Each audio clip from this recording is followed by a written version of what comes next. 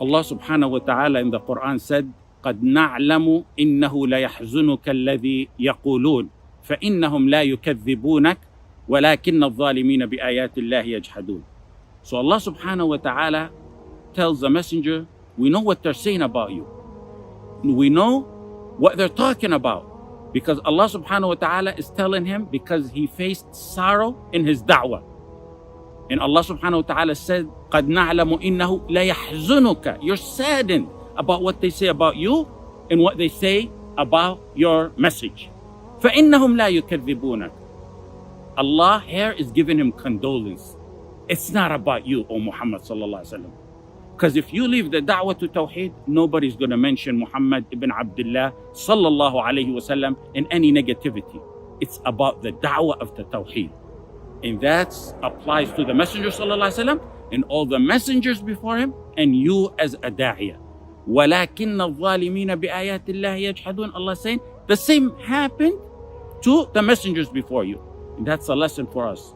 What happened to the Prophet Muhammad sallallahu alaihi wasallam, what happened to the messengers before, will happen to you as a da'iyah. وَلَقَدْ كُذِّبَتْ رُسُلٌ مِّن قَبْلِكَ فَصَبَرُوا عَلَى مَا كُذِّبُوا. The same thing. They were disbelieved in and they were patient. And you see throughout the Quran that the Prophet sallallahu alaihi wasallam felt sad and he was in sorrow over what they said about him sallallahu alaihi wasallam personally and what they said about his message. And this is Rasulullah sallallahu alaihi wasallam. فَلَا تَذْهَبْ نَفْسُكَ عَلَيْهِمْ حَسَرَاتٍ فَإِنَّهُمْ لَا يُكَذِّبُونَكَ وَلَكِنَّ الظَّالِمِينَ بِآيَاتِ اللَّهِ يَجْحَدُونَ. وَاصْبِرْ وَمَا صَبْرُكَ إِلَّا بِاللَّهِ وَلَا تَحْزَنْ. Be patient, don't be sad. Allah subhanahu wa ta'ala is telling the messenger, don't be sad over what they're saying about you or your message. وَاصْبِرْ عَلَى مَا يَقُولُونَ وَهْجُرْهُمْ هَجْرًا جَمِيلًا. And there's numerous verses throughout the Quran that show that the messenger sallallahu alaihi wasallam was in sorrow over what they said about him and his message. So yes, it may be normal to be sad sometimes about that which is said, but there's no room to take a detour on this path. This is Rasulullah sallallahu alaihi wasallam. The angel Jibrīl descended upon him. He received revelation from Allah. Water sprung from his fingers. He went to Sidratul Muntaha. Yet, he was saddened over that which was said. That's a lesson for all of us.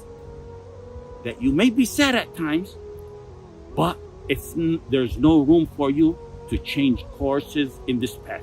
You remain firm. Look at disbelievers. Some of them have a goal of wealth.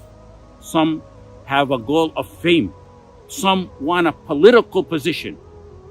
And at the same time, they're willing to endure any hostility or any abuse for the sake of that worldly cause. They're willing to endure it, and sometimes they're actually happy about it. And there's no room for them in what they do in the akhirah. Yet you have a garden of a Jannah wider than the heaven and the earth awaiting you, if you're patient on this path. They have nothing and they're patient on it. And you as a believer in La ilaha illallah, Muhammad Rasulullah, are not patient on what's said about you or those who you love or the path, the pure path of Tawhīd that you're on. Allah subhanahu wa ta'ala ordered us in times like this to have sabr. If you contemplate one verse in the Quran about sabr, everything from the day you're born or everything said about you from the day you're born till the day you die will vanish in a glimpse. When you remember and contemplate, Allah subhanahu wa ta'ala said, Salamun alaykum bima sabartum. Everything said about you, everything that harmed you in this dunya, it vanishes within a millisecond when you contemplate that verse. When you imagine the angels in Jannah greeting you, Salam, come in. Why? Bima sabartum. Because you had patience. And Allah subhanahu wa ta'ala said in the Quran, this is the path. It's eminent that this is going to happen. This is actually the least of what happens in our path. لتبلون في أموالكم وأنفسكم ولتسمعن من الذين أوتوا الكتاب من قبلكم ومن الذين أشركوا أذى كثيرا. The verse starts with 3 affirmations. لتبلون, lam in a noon, and a qasam. 3 linguistic affirmations that this is going to happen. What's going to happen? لتبلون في أموالكم. You're going to be tested with your wealth. وأنفسكم, in your bodies, in your physical beings. Another affirmation, and an important one, وَلَتَسْمَعُنَّ مِنَ الَّذِينَ أُوتُوا الْكِتَابَ مِنْ قَبْلِكُمْ وَمِنَ الَّذِينَ أَشْرَكُوا أَذًى كَثِيرًا. You're going to hear from the people of the book, and you're going to hear from the mushrikeen.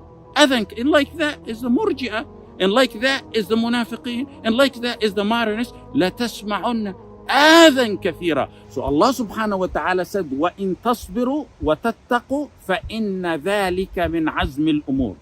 If you're patient and you have taqwa, you're steadfast, فَإِنَّ ذَلِكَ مِنْ عَزْمِ الْأُمُورِ. It's the mightiest of all matters.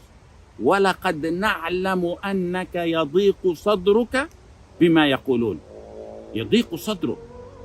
Your heart feels bad. You know what feeling that is? That is, usually people when they first get into da'wah, especially if they're on the correct manhaj, and they see people talking about it, you get a feeling in your heart. You're hurt. That's exactly the feeling that is mentioned in this verse. وَلَقَدْ نَعْلَمُ أَنَّكَ يَضِيقُ صَدْرُكَ بِمَا يَقُولُونَ. So what's the solution, Ya Allah? The previous verse said, وَإِن تَصْبِرُوا وَتَتَّقُوا. This one said, وَلَقَدْ نَعْلَمُ أَنَّكَ يَضِيقُ صَدْرُكَ بِمَا يَقُولُونَ. What's the solution, Ya Allah? فَسَبِّحْ بِحَمْدِ رَبِّكَ وَكُن مِّنَ السَّاجِدِينَ. Do tasbih. Keep your tongue fresh with the dhikr and dua of Allah at all times. And when you feel bad, you feel sorrow, head to salah. وَكُن مِّنَ السَّاجِدِينَ. And explain to Allah subhanahu wa ta'ala what you feel and what you endure. When you stand up out of that sujood, that proper sujood that's mentioned in that verse, you will stand up to the whole world against you. One time a righteous man was asked, said, you want to know what people are saying about you? He said, I don't really care. He said, I'm going to die and they're going to die.